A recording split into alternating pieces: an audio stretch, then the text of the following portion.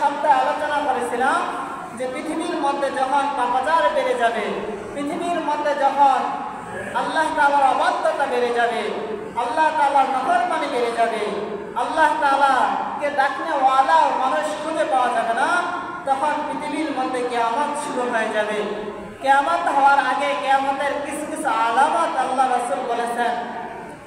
কিয়ামতের আলামতের মধ্যে 10টা আলামতকে কিয়ামতের বড় বড় আলামত বলা হয়, আর বাকি যে আলামতগুলো আছে ওই আলামতগুলোকে কিয়ামতের ছোট আলামত বলা হয়।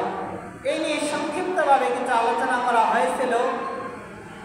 তো আল্লাহ তাআলা রব্বুল আলামিন যখন এই পৃথিবীর মধ্যে মানুষ পাপাচারে লিপ্ত হয়ে যাবে, মানুষগুলো আল্লাহ তাআলার অবাধ্যতা এমনভাবে করতে থাকবে যে আল্লাহ ডাকনেওয়ালা, আল্লাহ বলনেওয়ালা মানুষ তখন আর খুঁজে পাওয়া যাবে না। বলতে পারেন বর্তমান পৃথিবীর মধ্যে এখনো 150 কোটির চেয়ে বেশি মুসলমান আছে। এই 150 কোটি মুসলমান মারা যাইতে যেতে অনেক সময়ের প্রয়োজন, কিন্তু আসলে বিষয়টা এরকম না। কারণ পৃথিবীর মধ্যে আমরা যেভাবে ইহুদি নাসারাদের গোলামি করতেছি, আমরা যেভাবে ইহুদি নাসারাদের অনুসরণ করতেছি, তাদের বেশভূষায়, তাদের চাল চলন সবকিছু আমরা নিয়ে নিয়েছি। অল্প সময়ের ভিতরে, কয়েকদিনের ভিতরে ওই ইহুদি নাসারারা আমরা যারা আল্লাহ বলবো, আমরা যারা আল্লাহকে স্বীকার করব, আমাদেরকে কতল করে দিয়ে আমাদেরকে হত্যা করে দিবে। অল্প সময়ের ব্যবধানে দেখতে পারবে পৃথিবী যে মুসলমান শূন্য হয়ে গেছে, মানুষ আল্লাহ বলনেওয়ালা মানুষ শূন্য হয়ে গেছে, মানুষ আখিরাতকে বিশ্বাস করনেওয়ালা মানুষ শূন্য হয়ে গেছে, পরকালকে বিশ্বাস করনেওয়ালা মানুষ শূন্য হয়ে গেছে। আল্লাহ রাসূল সাল্লাল্লাহু আলাইহি সাল্লাম বলেন যে কিয়ামতের পূর্বে শুধু মক্কা আর মদিনা এই দুইটা স্থান ব্যতীত পুরা পৃথিবী মুসলমানদের থেকে খালি হয়ে যাবে, আল্লাহ বলনেওয়ালা মানুষদের থেকে খালি হয়ে যাবে। তখন আল্লাহ তাআলা রব্বুল আলামিন পৃথিবীর মধ্যে বড় বড় আলামতগুলো প্রকাশ করা শুরু করবেন। ওই পৃথিবীর মধ্যে বড় বড় আলামতগুলো প্রকাশ হওয়ার পর আস্তে আস্তে মানুষগুলো যখন খারাপ হয়ে যাবে, মানুষগুলো যখন আল্লাহকে ভুলে যাবে, আল্লাহকে একেবারেই ভুলে যাবে, তখন আল্লাহ তাআলা রব্বুল আলামিন আর পৃথিবী টিকিয়ে রাখার কোনো প্রয়োজন মনে করবে না। পৃথিবীকে আর এভাবে পৃথিবীর অস্তিত্ব ঠিক রাখার কোনো প্রয়োজন মনে করবে না। তখন আল্লাহ তাআলা রব্বুল আলামিন কিয়ামত সংঘটিত করবেন। কিয়ামত যখন হবে তখন ওই মাসটা হবে মুহররম মাস। কিয়ামত যখন হবে ওই মাসটা হবে মুহররম মাস।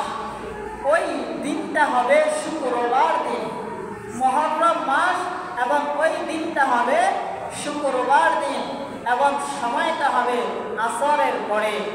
আল্লাহ রাব্বুল আলামিন আসরের পরে কিয়ামত সংঘটিত করবেন। অনেকে বর্তমান সময়ে বৈজ্ঞানিকভাবে চিন্তা গবেষণা করে প্রশ্ন তোলে যে পৃথিবীর মধ্যে আসরের সময়টা একসাথে হয় না, কোনো কোনো সময় আগে হয়, কোনো কোনো দেশে আগে হয়, কোনো কোনো দেশে পরে হয়।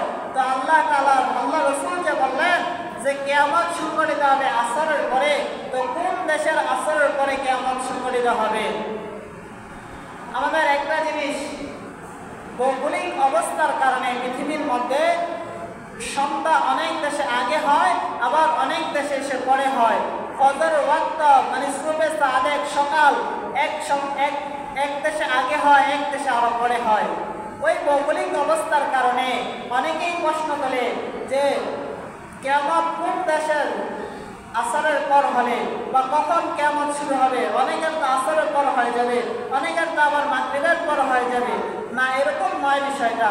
কারণ পৃথিবীর এক প্রান্ত থেকে অপর প্রান্ত পর্যন্ত, এক জায়গা থেকে অপর জায়গা পর্যন্ত, কথার কথা এখান থেকে যদি ফজর শুরু হয়, আস্তে আস্তে আস্তে আস্তে করে ঘুরে ঘুরে আবার এখানে এসে ফজর শেষ হয়।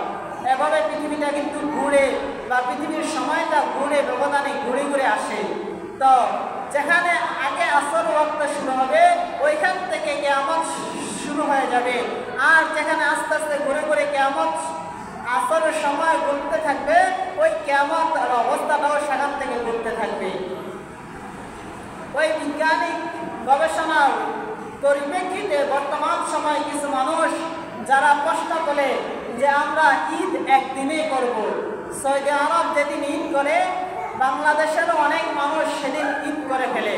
তারা বলে, যুক্তি দেয় যে পৃথিবীর এক প্রান্তে ঈদ হয়, অপর প্রান্তে ঈদ হবে না কেন, সবাই একদিনে একসাথে ঈদ করব। তো যারা একদিনে ঈদ করতে চায় আমি তাদেরকে প্রশ্ন করি যে তোমরা যে একদিনে ঈদ করো, তো এক সময় ইফতার করিও। সৌদি আরব যে সময় ইফতার করে তোমরা ওই সময় ইফতার করিও, করা যাবে? এটা তো সম্ভব না। তো সৌদি আরব যখন সেহরি খায় তোমরাও তখন সেহরি খেয়েও, রোজা হবে? হবে না। তো সৌদি আরবের সাথে সেহরিও করতে পারো না। সৌদি আরব যখন আসর করে তোমরা আসর করতে পারো না। সৌদি আরব যখন জোহর করে তোমরা জোহর করতে পারো না। তো সৌদি আরবের সাথে ঈদ করবা কেন? প্যারে হাজিরিন, এই জিনিসগুলো বোঝা দরকার। তো যে কথা বলতেছিলাম যে কিয়ামত সংঘটিত হবে, আল্লাহ তাআলা রব্বুল আলামিনের এক ফেরেশতা হযরত ইসরাফিল আলাইহিস সালাম তিনি সিংহা নিয়ে বসে আছেন যে আল্লাহ তাআলা রব্বুল আলামিন যখন হুকুম করবেন তখন তিনি সিংহা ফু দেওয়া শুরু করবেন। সিংহা যখন ফু দিবেন তখন মানুষের অবস্থাটা তিন ধরনের হয়। তিন ধরনের অবস্থা হবে মানুষের অবস্থা। অনেকে কেউ দোকানে যাইবে খরচ করার জন্য, খরচ করে খরচের টাকা দিবে, এমন সময় সিংহার ফু শুরু হয়ে যাবে। কেউ মাঠে যাবে কাজ করার জন্য, মাঠে কাজ করা অবস্থায় থাকবে।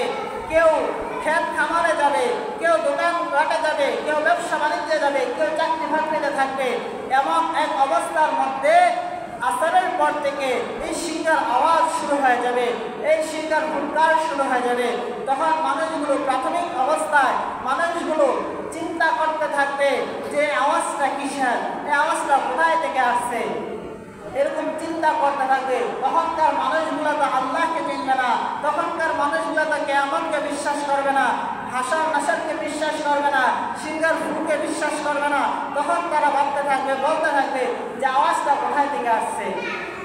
মানুষগুলো মনে হবে যেন মনে হয় ওই বাইর থেকে আওয়াজটা আসতেছে, ওই বাড়ি তারা মনে করবে মনে হয় যেন ওই বাইর থেকে আওয়াজটা আসতেছে। এভাবে একটা আওয়াজ, একটা সিংহার ফু এরকম চলতে থাকবে। মানুষগুলো আস্তে আস্তে দৌড়াদৌড়ি করতে থাকবে, ছোটাছুটি করতে থাকবে। এভাবে করতে করতে প্রাথমিক অবস্থা ছিল তারা তারপরে মিডিয়াম অবস্থায় চলে আসবে, মানুষগুলো অজ্ঞান হয়ে যাবে। আওয়াজের তীব্রতা অনেক বাড়তে থাকবে। ওই সিংহার ফুয়ের আওয়াজের তীব্রতা বাড়ার কারণে মানুষগুলো আস্তে আস্তে অজ্ঞান হয়ে যাবে, পশু পাখিগুলো অজ্ঞান হয়ে যাবে। ওইভাবে অজ্ঞান হয়ে মানুষগুলো পড়ে থাকবে। আওয়াজের তীব্রতা যখন আরো বেশি বাড়তে থাকবে, আওয়াজের তীব্রতা যখন আরো বেশি বাড়তে থাকবে, তখন সমস্ত মানুষগুলো মারা যাবে। পৃথিবীর মধ্যে যত মানুষগুলো আছে, পৃথিবীর মধ্যে যত মানুষ থাকবে, সমস্ত মানুষ, সমস্ত পশু পাখি, জীবজন্তু ওই আওয়াজের তীব্রতার কারণে আস্তে আস্তে করে মারা যাবে। ওই কিয়ামতের সময় যখন ইসরাফিল আলাইহিস সালাম ফুৎকার দিবে, তখন আজরাইলকে আল্লাহ তাআলা নির্দেশ দিলেন যে পৃথিবীর সমস্ত মানুষ, সমস্ত প্রাণীকুল যা আছে সকলের রূহকে খানদান করে নাও, সকলকে মৃত্যু দিয়ে দাও। তারপরে আল্লাহ তাআলা রব্বুল আলামিন আবার আজরাইলকে হুকুম করবেন যে যত ফেরেশতা আছে, যত কিছু আছে, সবাইকে তুমি সকলের রূহকে খতম করে নাও। তখন ওই ইসরাফিলের আওয়াজের সাথে সকলের রূহকে খতম করা হয়ে যাবে। তারপরে ইসরাফিলের আওয়াজের ফুৎকার, ইসরাফিলের সিংহের ফু এমন তীব্র ধারণ করবে, এমন তীব্র আওয়াজ ধারণ করবে যে আসমানগুলো এইগুলো গলে গলে, আসমানের পদার্থগুলো গলে গলে বৃষ্টির ফোঁটার ন্যায় পড়তে থাকবে। ওই জমিনটা এমনভাবে কম্পন শুরু হবে। আল্লাহ তাআলা সূরা যুলজিলাতের মধ্যে এই কথাটাই বলতেছেন। যুলজিলা মানে হচ্ছে ভূকম্পন। কোনো জিনিসের কম্পনকে যুলজিলা বলা হয় না, ভূমির কম্পনকে যুলজিলা বলা হয়। তখন ভূমির মধ্যে এমন কম্পন শুরু হবে, পুরা পৃথিবীব্যাপী ভূমিকম্প শুরু হয়ে যাবে। পুরা পৃথিবীব্যাপী ভূমিকম্প এমন তীব্র আকার ধারণ করবে যে এই ভূমির কম্পনের কারণে আজকে পাহাড়গুলো যেভাবে দাঁড়িয়ে আছে, ওই পাহাড়গুলো এভাবে আর দাঁড়িয়ে থাকবে না। ওই পাহাড়গুলো তুলার ন্যায় খণ্ড বিখণ্ড হয়ে, ফেটে টুকরা টুকরা হয়ে, বালু হয়ে তুলার ন্যায় উঠতে থাকবে। ওই আকাশের পদার্থগুলো গলে গলে নিচে পড়তে থাকবে। ওই পাহাড়গুলো গলে গলে তুলার ন্যায় উঠতে থাকবে। সমুদ্রের পানিগুলো ঢেউ উতাল পাতাল বাড়তে থাকবে। এই সবগুলো একসাথে মিশ্রণ হয়ে পৃথিবীটা একটা সমতল একটা খামির হয়ে যাবে। আকাশের যে পদার্থগুলো আছে এগুলো গলে পড়বে, মাটিটা সমস্ত মাটিগুলো ধূলিসাৎ হয়ে উড়ে উড়ে একদম গুঁড়া হয়ে যাবে। আর সমুদ্রের পানিগুলো ঢেউ খেলে খেলে এসে সবটা একটা খামির হয়ে যাবে। আমাদের বর্তমান ভৌগোলিক অবস্থার কারণে পৃথিবীর মধ্যে এক জায়গা অনেকটা উঁচু, আরেক জায়গা অনেকটা নিচু, পাহাড়গুলো অনেক চূড়ায়, জমিনগুলো অনেকটা নিচু অবস্থার মধ্যে আছে। কিন্তু তখন এই ভূমিকম্পের কারণে, ইসরাফিলের ভুয়ের এমন বিকটতার কারণে সমস্ত পৃথিবী এবং পৃথিবীর মধ্যে যা কিছু আছে সমস্ত কিছু চূর্ণ বিচূর্ণ হয়ে সমস্ত কিছু একে অপরের সাথে ধাক্কা লেগে লেগে আকাশের সূর্যগুলো খসে খসে পড়বে, চন্দ্রগুলো খসে খসে পড়বে, তারকাগুলো খসে খসে পড়বে। এই সবগুলো মিশ্রণে একটা খামিরের মতো হয়, পুরা পৃথিবীটা সমতল হয়ে যাবে। প্যারে হাজিরিন, এই অবস্থাটা, এই যে একটা পৃথিবীটা একটা সমতল মাঠের মতো হয়ে থাকবে, এই অবস্থাটা থাকবে 40 বছর। এই অবস্থাটা 40 বছর থাকবে।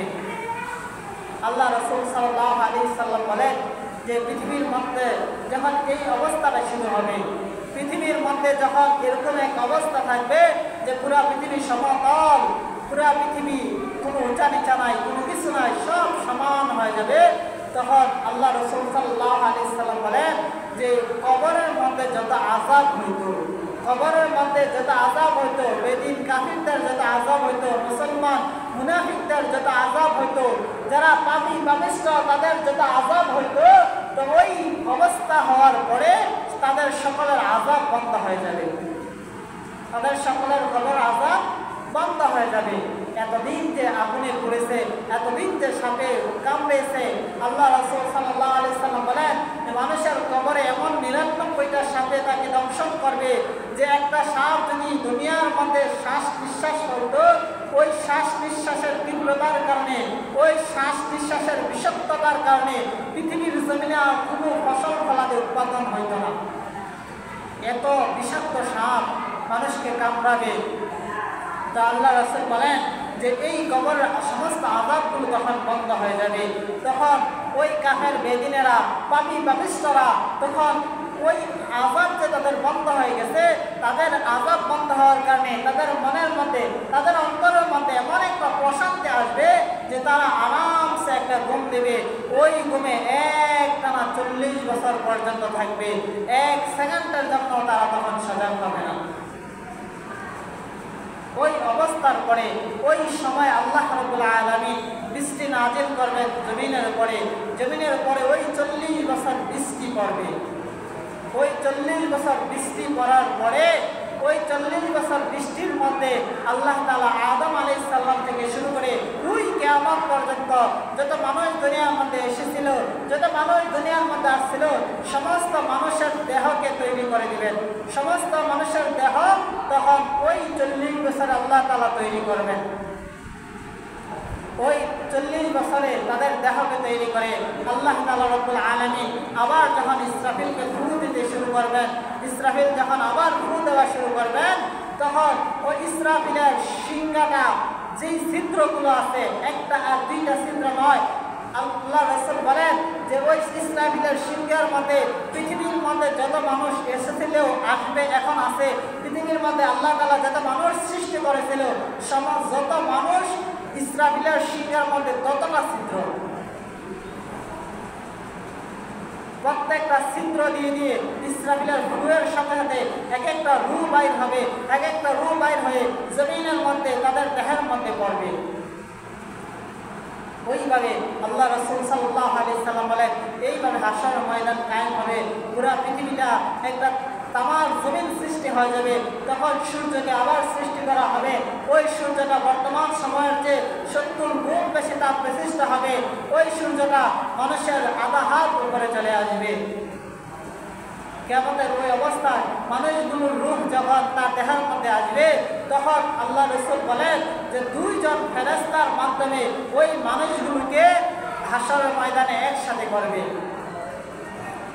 হাশর ময়দানে যখন অবস্থাটা সমতল হবে, মানুষ পৃথিবীটা খামির হয়ে যাবে, একেবারে সমতল হবে, তখন আল্লাহ তাআলা রব্বুল আলামিন পৃথিবীর মধ্যে ওই জমিনকে ডাকতে বলবেন যে তোমার মধ্যে যার যেই দেহ যে অঙ্গ পতঙ্গ আছে সেগুলো বাহির করে দাও। তখন জমিন এগুলো বাহির করে দিবে। ওই জমিন এগুলো বাহির করে দিয়ে আবার মানুষকে একত্রিত করবেন, মানুষকে আল্লাহ তাআলা সৃষ্টি করবেন। এই বিষয়টা হযরত ইব্রাহিম আলাইহিস সালাম একবার আল্লাহ তাআলাকে প্রশ্ন করলেন, আল্লাহ তাআলার কাছে জানতে চাইলেন, ইয়া আল্লাহ, আপনি যে মানুষকে মৃত্যুর পর এটা জমিনের সাথে মিশে যাবে, কোনো গাছ এইটার রস খেয়ে ফেলবে, কোনো বৃক্ষ এটার রস খেয়ে ফেলবে, ওই বৃক্ষের ফল আবার মানুষ খাবে, তো ওই মানুষগুলোকে আপনি আবার কিভাবে চিন্তা করবেন? একটা যদি একটু চাক্ষুষ দেখাতেন আমাকে। আল্লাহ তাআলা বলেন, ইব্রাহিম, তোমার কি বিশ্বাস হয় না আমি যে মানুষকে মৃত্যুর পরে আবার জীবিত করব? ইব্রাহিম আলাইহিস সালাম বললেন, হ্যাঁ আমার বিশ্বাস হয়, আমি বিশ্বাস করি, কিন্তু আমি স্বচক্ষে দেখে ইয়াকিনকে বাড়াতে চাই, আমি স্বচক্ষে দেখতে চাই। তখন আল্লাহ রাব্বুল আলামিন হযরত ইব্রাহিম আলাইহিস সালামকে বললেন যে তুমি 4টা পাখি নাও, ওই 4টা পাখিকে জবাই করো, ওই 4টা পাখি জবাই করে এই 4টা পাখিকে টুকরা টুকরা করে ফেলো, ওই টুকরা টুকরা করে সমস্ত গোশতগুলোকে একসাথে মিশ্রণ করে ফেলো, ওই 4টা পাখির মিশ্রণকৃত গোশতকে আবার 4 ভাগ করো, 4 ভাগ করে প্রত্যেকটা ভাগ এক একটা পাহাড়ের মধ্যে রেখে আসো, এক একটা পাহাড়ের চূড়ায় রেখে আসার পরে এবার আল্লাহ তাআলা ইব্রাহিম আলাইহিস সালামকে বলতেছে, এবার এক একটা পাখিকে ডাক দাও। তো যখন এক একটা পাখিকে নাম ধরে ধরে ডাকলো, তখন প্রত্যেকটা চূড়া থেকে, প্রত্যেকটা পাহাড় থেকে, যেই পাহাড়ে সেটার লেজের অংশ আছে ওই পাহাড়ে সেটার লেজের অংশ চলে আসছে, যেই পাহাড়ে সেটার পায়ের অংশ আছে ওই পাহাড় থেকে পায়ের অংশ চলে আসছে, যেই পাহাড়ে সেটার মাথার অংশ আছে ওই পাহাড় থেকে মাথার অংশ চলে আসছে। এভাবে 4 পাহাড় থেকে এটার যেখানে যেই অংশগুলো আছে সমস্ত অংশগুলো একসাথে হয়ে আবার ওই পাখিতে পরিণত হয়ে গেছে। এভাবে করে ইব্রাহিম আলাইহিস সালাম একটা একটা পাখিকে ডাক দিলেন, এভাবে 4টা পাখি আবার একসাথে হয়ে আবার জিন্দা হয়ে গেছে। আল্লাহ রাব্বুল আলামিন বলেন যে আমি এভাবেই হাশর ময়দানে প্রত্যেকটা মানুষকে আবার পুনরায়